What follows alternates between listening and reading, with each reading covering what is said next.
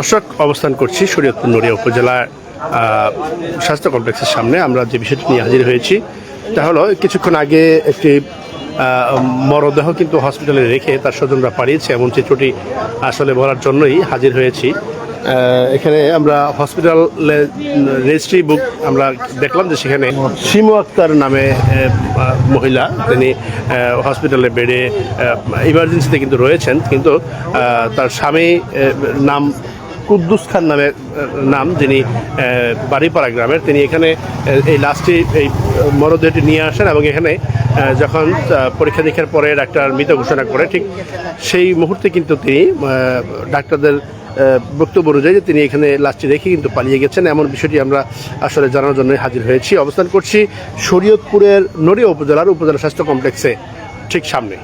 অত্যন্ত হৃদয় বিদারক ঘটনা যে আজকে ঠিক মাগরিবের আগ মুহূর্তে আমরা খবর পাই যে একটি নড়িয়া উপজেলার পৌরসভার বাড়িপাড়া গ্রামে হঠাৎ করে একটি মৃত্যুর ঘটনা ঘটছে। সেই খবরে কিন্তু আমরা ছুটে আসি এবং সেখানে এসে যেটি দেখতে পাই যে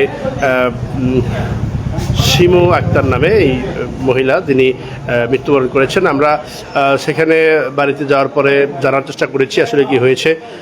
স্থানীয় লোকজন আমাদেরকে যারা বলেছে যে তাকে সে হয়তোবা ঘরে ছিল, আত্মহত্যা করেছে, কিন্তু তার হত্যা নাকি আত্মহত্যা সেটা এখন রহস্যের বেলা জালে। তবে আমরা পোস্টমর্টেম রিপোর্টের পরে আসলে কনফার্ম হতে পারবো যে আসলে ঘটনাটি কী ঘটেছিল।